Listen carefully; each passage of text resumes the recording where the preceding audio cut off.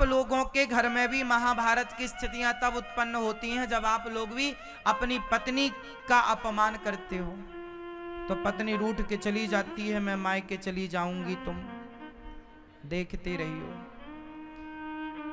फिर क्या होता है, पत्नी मायके चली गई, आपने फोन लगाया, अच्छा कोई बात नहीं, सॉरी आ जाओ।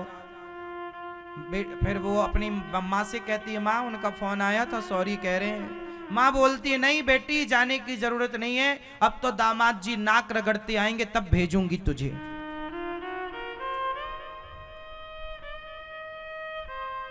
तो दामाद जी को भी गुस्सा कम था क्या? पत्नी ने बोला मैं नहीं आऊंगी, माँ बोल रही है जब तक आप नहीं आओगे। बोले तुम गई हो तो तुम ही आओ, मैंने थोड़ी तुम्हें वहां भेजा है। ना पति लेने गया ना पत्नी आई, दूरियां थी तो दूरियों से दूरियां बढ़ती चली गई। बात जरा सी थी, जरा सी समझ होती तो बात ही नहीं थी, कोई विवाद ही नहीं था। ये तो हर पति पत्नी का झगड़ा होता है, लेकिन आपने बातों को विवादों में बदल लिया, दूरियां हो गई आपकी। इसके बाद आप ना पत्नी का हाल चाल लेते, फिर पत्नी को भी लगने लगता है वाह, बड़ा कहते थे तेरे बिना कैसे रहूंगा, तेरे से बहुत प्यार करता हूं। अब देखो, अब तो ना बात कर रहे हैं, ना व्हाट्सएप पे कोई ना रिप्लाई है, ना कोई कॉल है। अब चूंकि 2-4 दिन याद आती भी है, लेकिन जब आदमी रहने लगता है ना तो हमारी बॉडी ना उस तरह से मैनेज कर लेती है हर चीज को। आपको यदि हम आपके साथ रहने लग जाएंगे ना तो हमें आपके साथ रहने की आदत हो जाएगी। यदि हम आपके बिना रहने लग जाएंगे तो हमारी बॉडी 2-4 दिन में वो आपके बिना रहने की आदी हो जाएगी। हाँ या ना भाई, मन 2-4 दिन परेशान करेगा, फिर वहां पत्नी भी अपना रहने लग गई, पति भी, दोनों अलग अलग। फिर पत्नी माँ के पास, यहाँ लड़के को लगा कि अब जरूरत उसे है नहीं उसकी माँ को, तो ये अपना दूसरा देखना स्टार्ट कर देता है, तलाक के कागज भेज देते हैं। तलाक जिसकी तरफ से भेजा गया, माना कि लड़की ने तलाक भेजा या लड़के वालों ने, तो लो देखो ये तो तलाक लेना ही चाहते थे, तो भाई अब या तो तुम्हारे साथ तुम आ जाओ, प्रेम से रह लो ना। इसकी कहावत है, ना तो लीला जा रहा है, ना उगला जा रहा है, ना खाया जा रहा है, ना थूका जा रहा है, ना अंदर ही जा रहा है ना बाहर ही आ रहा है। या तो आ जाओ तो प्रेम से रहो, या फिर लोग अपना हिसाब किताब खत्म कर लेते, तलाक हो जाता है जरा जरा सी बातों में। इसलिए समझदार लोग ये गलतियां नहीं करते। समझदार लोग क्या करते हैं, महाभारत से सीखते हैं, नारी का कभी अपमान नहीं करते। यदि नारी का अपमान किया है तो सॉरी बोलिए, स्वीकार कीजिए। और पत्नी स्त्रियों को भी चाहिए कि आप अपने पति को ना अपने मायके में, अपनी माँ के आगे, अपने भाइयों के आगे अपने पति को जलील मत कीजिए, क्योंकि आपका पति आपकी इज्जत है। ना तो पुरुष अपनी माँ, अपनी बहन, अपने भाइयों के सामने, ना तो पुरुष अपनी पत्नी को जलील करे, ना तो स्त्री अपने परिवार के सामने पुरुष को जलील करे।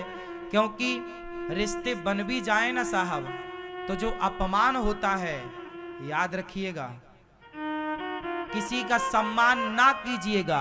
मैं आपसे कहता हूं आप किसी का सम्मान मत कीजिए, पर भूल कर भी किसी का अपमान मत कीजिए, क्योंकि व्यक्ति सम्मान भूल जाता है, अपमान कभी नहीं भूलता।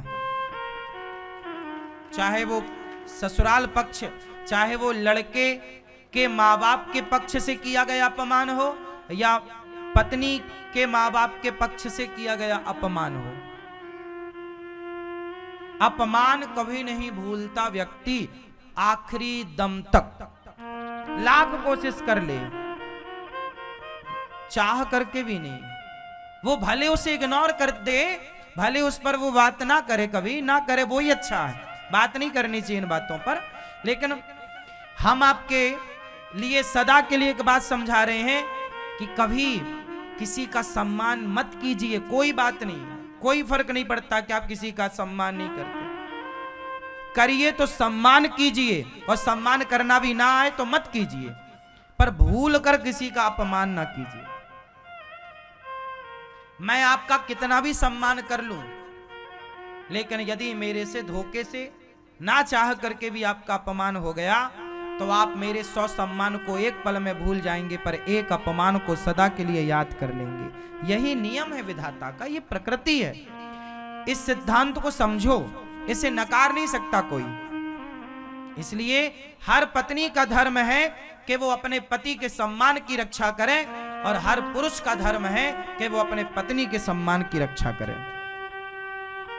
बात बात में तुम अपनी पत्नी के माँ बाप तक ना दौड़ा करो, और स्त्रियां भी बात बात में तुम्हारी माँ ऐसी, तुम्हारा बाप ऐसा।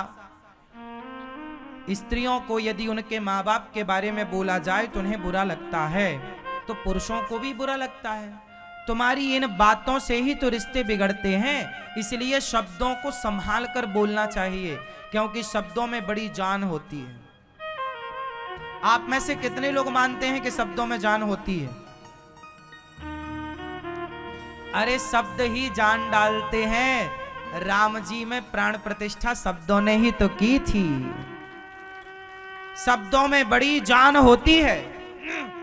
इन्हीं से आरती अरदास और अजान होती है। यही समुंदर के वो मोती हैं जिससे इंसानों की इंसानों को पहचान होती है। शब्दों में बड़ी जान होती है, इसलिए शब्दों को संभाल कर बोलिए। शब्दों को, चुनिंदा शब्दों का प्रयोग कीजिए। पत्नी के लिए जैसे आप बढ़िया सा हार लाते हो, पत्नी के लिए बड़ा सा सुंदर सा गुलाब लाते हो पत्नी के लिए, जब हर चीज सेलेक्ट करते हो, अच्छी से अच्छी चीजें पत्नी के लिए लाते हो, पति के लिए लाते हो, तो अच्छे से अच्छे शब्दों का भी चयन करके पत्नी और पति के लिए रखा करो कि इन शब्दों की मर्यादा में ही रहना है हमें।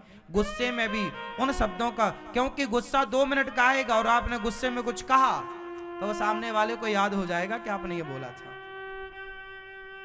इसलिए संभालो।